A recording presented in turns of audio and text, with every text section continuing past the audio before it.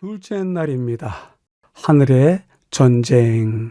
루시퍼의 반역과 따랐다. 초월적인 현실.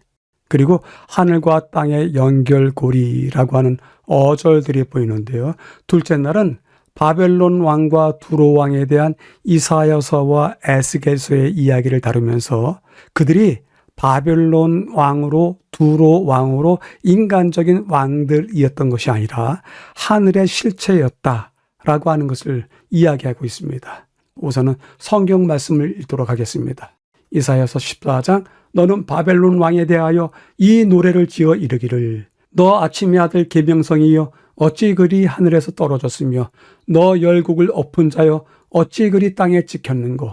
에스겔서 인자야 두로 왕을 위하여 슬픈 노래를 지어 그에게 이르기를 너는 완전한 도장이었고 지혜가 충족하며 온전히 아름다웠다. 너는 기름 부음을 받고 지키는 그룹임이여 내가 너를 세우며 내가 하나님의 성산에 있어서 불타는 돌들 사이에 왕래하였도다. 여호수아는 그 전투가 더 큰 전쟁의 한 부분인 것을 이해했습니다. 그리고 하나님께서 직접 개입하시는 더 큰 전쟁에 대해서 성경이 지금과 같이 기록하고 있는데 그것 또한 여호수아는 알고 있었을 것입니다. 하나님께서는 우주를 책임 있는 피조물들로 채우시고 그들에게 자유의지를 주셨습니다. 이는 그들이 사랑할 수 있는 존재가 되기 위해서 필수 조건이었습니다. 그들은 하나님의 뜻에 따라 행하거나 그에 반해서 행동할 수 있었습니다. 가장 강력했던 천사 루시퍼는 하나님께 반역하였고 많은 천사들이 그를 따랐습니다. 우리가 잘 알고 있는 요한계시록의 이야기입니다. 가운데 부분에서는요, 이사야와 에스겔이 이 전쟁을 언급하지만 일부 주석가들은 이사야서 14장과 에스겔서 28장의 의미를 단지 이 땅 제국으로서의 바벨론 왕 그리고 두로의 통치자에 대한 것으로만 제한하려고 합니다. 그러나 성경 본문에는 초월적인 현실을 말하는 분명한 지표들이 있습니다. 모아서 확인해 보겠습니다. 이사야와 에스겔이 말하는 왕들에 대한 해석인데요. 이사야 14장의 바벨론 왕, 에스겔서 28장에 두로 왕이 나오는데 어떤 해석자들은 이 왕들은 실제 왕들에 국한된 것이다. 다른 의미가 없다라고 이야기하는데 성경을 확인하면 그렇지가 않은 것입니다. 성경의 초월적인 현실로서 바벨론 왕을 하나님의 보좌에 있었다고 이야기하고 두로 왕을 에덴을 수호하는 그룹이었었다고 이야기합니다.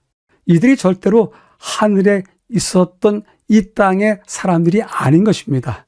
바벨론 왕, 두로 왕 모두 초월적인 현실을 말하고요.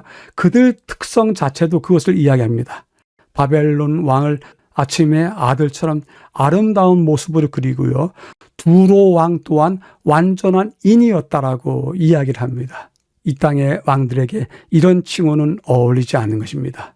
결국 이사야와 에스겔이 이야기하는 바벨론 왕과 두로 왕은 다름이 아니라 비유적인 해석으로서 바벨론 왕이 가지고 있는 반역, 자만, 교만, 두로 왕에 대해서는 그가 신이 아닌 사람임에도 불구하고 그가 신처럼 군림하던 자리에 대해서 이야기하고 있습니다. 마지막 부분에서는요, 다니엘서에 대한 이야기를 다시 다루는데요. 다니엘아, 두려워하지 말라. 내가 깨달으려 하여 내 하나님 앞에 스스로 겸비하게 하기로 결심하던 첫날부터 내 말이 응답받았으므로 내가 내 말로 말미암아 왔느니라. 마지막 날에 내 백성이 당할 일을 내게 깨닫게 하러 왔노라. 이는 이 환상이 오랜 후의 일임이라 하더라.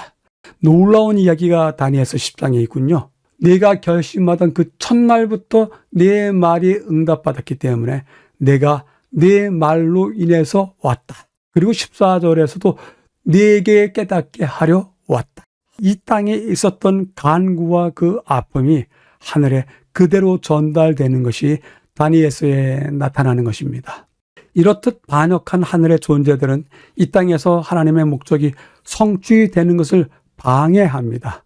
다니엘서 10장에 따르면 다니엘에 나타난 천사의 이야기를 통해서 하늘과 땅이 연결되어 있다는 것을 말하면서 에스겔서와 이사야서의 그 반역한 하늘의 존재들, 그들이 하나님의 목적이 성취되는 것을 방해하고 있다는 것을 알려주고 있습니다.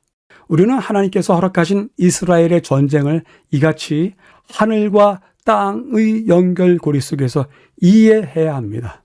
우리는 이 전쟁이 하나님과 사탄, 선과 악 사이의 대쟁투가 이 땅에서 나타난 것으로 바라보아야 하고, 이 모든 것은 결국 타락한 세상에 하나님께서 당신의 정의와 사랑을 회복하신 목적을 가지고 계신다는 것을 알려주게 됩니다. 교훈은 다음과 같이 이야기합니다. 하나님 율법에 대한 전쟁은 하늘에서 시작되었고 세상 종말까지 계속될 것이다. 모든 사람은 시험을 받게 될 것이다.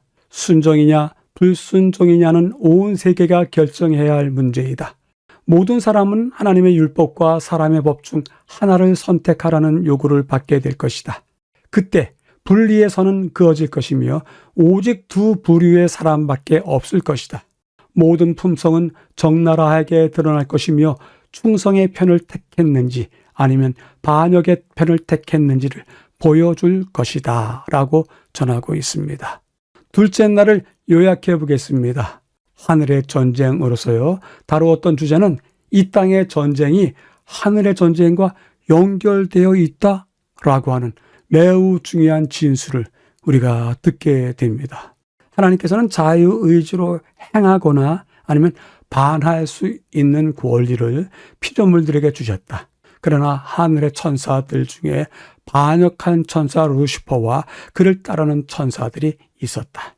이사야와 에스겔이 말하는 왕들, 그들은 이 땅의 왕들을 이야기하는 것이 아니라 하늘에 반역한 자들의 어떤 특성들을 이야기하는데, 그들을 통해서 초월적인 현실로서의 실체를 다루는 것이다. 마지막으로 이 땅의 전쟁 사건은 하늘과 땅이 연결되어 있다고 하는, 하나의 고리가 있다고 하는 것을 알려주는 사건이 된다라고 하면서 여리고 성을 함락시키는 이야기가 단순한 이 땅에서의 전쟁 이야기가 아니라 하늘의 전쟁도 포함되어 있는 것이다 라고 하는 것을 알려주고 있습니다. 여쭤보겠습니다. 이 땅의 삶과 품격이 하늘의 삶과 품격과 연결되어 있다고요? 그런데도 우리는 여전히 남을 해롭게 한다고요? 죄악을 떨쳐버리지 못하고 있다고요? 제 자신부터가 그러한 질문을 하면서 마음이 떨리고 아플 뿐입니다.